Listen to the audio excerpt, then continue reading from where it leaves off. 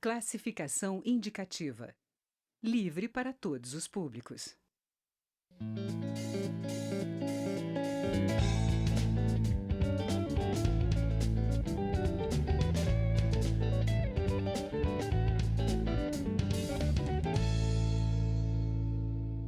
Olá!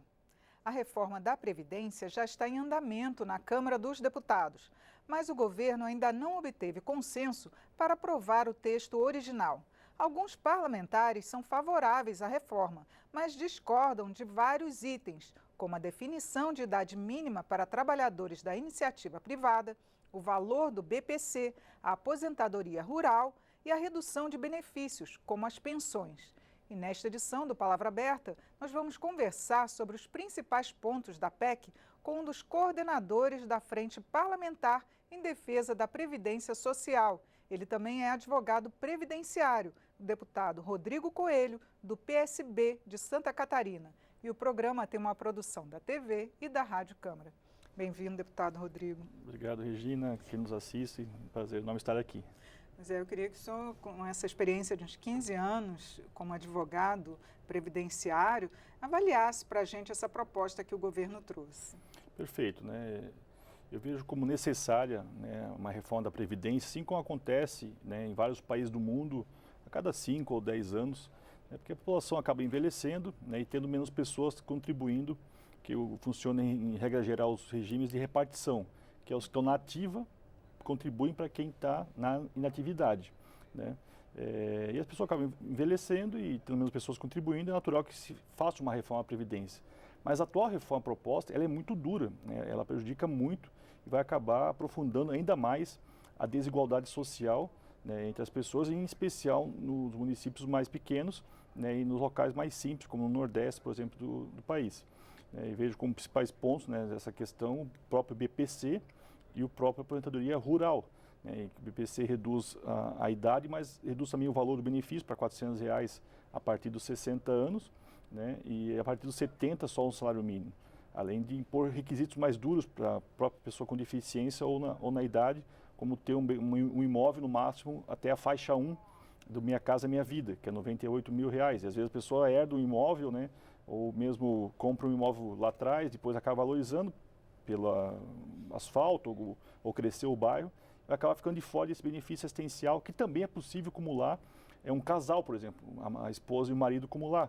Com a atual proposta da PEC, vai ser proibido isso, só um dos membros da família, do casal, vai poder receber, sendo que o benefício assistencial já é para pessoas extremamente carentes, já que exige uma renda de no máximo 1/4 do salário mínimo. Então, se numa casa, por exemplo, a pessoa ganha R$1.000 por mês, um dos membros, e tiver 4 pessoas na casa, já é acima de 1/4 do salário mínimo, né, que é um pouquinho menos que R$1.000, e já não tem direito a benefício. Então são medidas bem duras, né, tanto que da proposta da PEC, né, da economia pretendida de R$1 trilhão, cerca de R$800 bilhões virão do regime geral, né, do BPC, também benefício assistencial, e do PIS/PASEP, né, o PIS que hoje é pago para pessoas que recebem até 2 salários mínimos, né, e vai reduzir apenas para pessoas que recebem até um salário mínimo.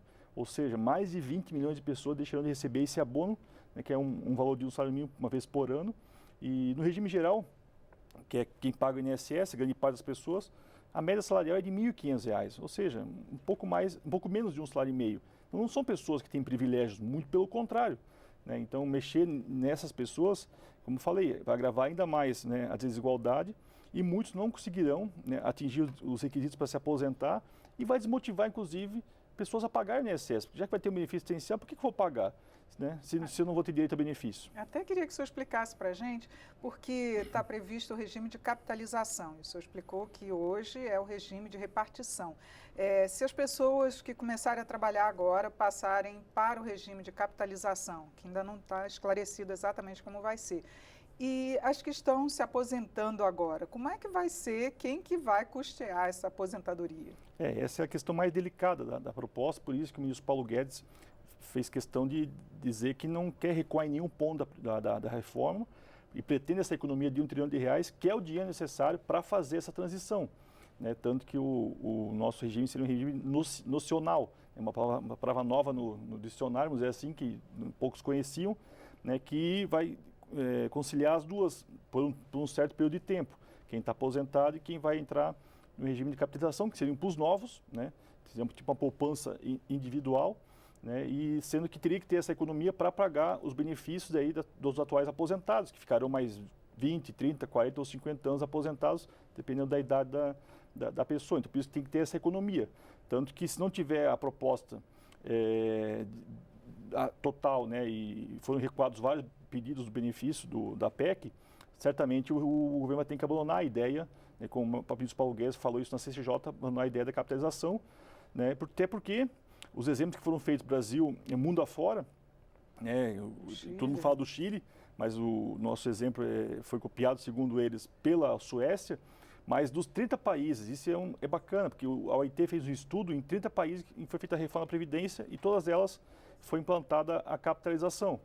18 delas já refizeram a reforma, então a re-reforma, né, dando a garantia, por exemplo, de um benefício mínimo, porque em grande parte desses países as pessoas não acabavam tendo, né, o direito ao benefício mínimo e acabavam, devido a oscilações do mercado, porque, querendo ou não, a capitalização é uma aplicação financeira, como uma bolsa, por exemplo, está oscilando de acordo com as crises do mercado mundial, recebendo menos do que um salário mínimo, que é muito preocupante.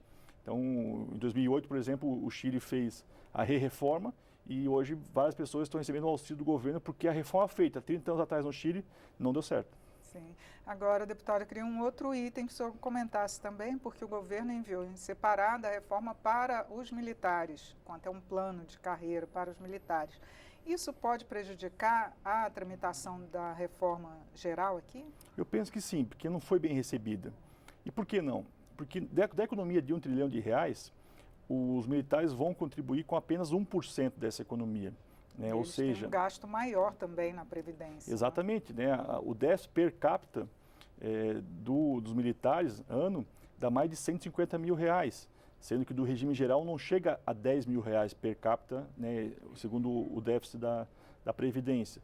Então, eles propuseram participar da reforma, né, uma transição mais suave do que do regime geral, né, só que exigiram uma contrapartida que é a revisão da carreira, aumentando o salário, né, deles, os provimentos.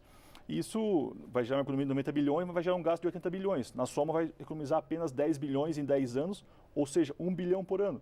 Então não foi muito bem recebida, né, essa proposta dos militares, tanto que vai abrir a brecha para outras carreiras também do serviço público pedirem, né, essa equiparação, que também estão defasados, como é o caso, por exemplo, dos professores. Sim. E também tem alguns itens que ficaram diferenciados para os militares, como o pedágio para o tempo que falta para se aposentar. Para o servidor privado, o tempo é de 50%, né? E para os militares, eles vão ter que trabalhar mais de 17%, não é isso? Exatamente, é aí que está a grande questão, né? Porque a transição, para quem entrou no serviço público antes de 2003, é quase inexistente.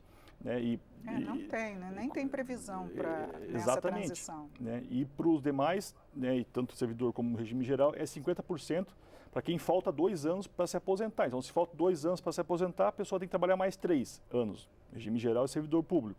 No militares é apenas 17% a mais.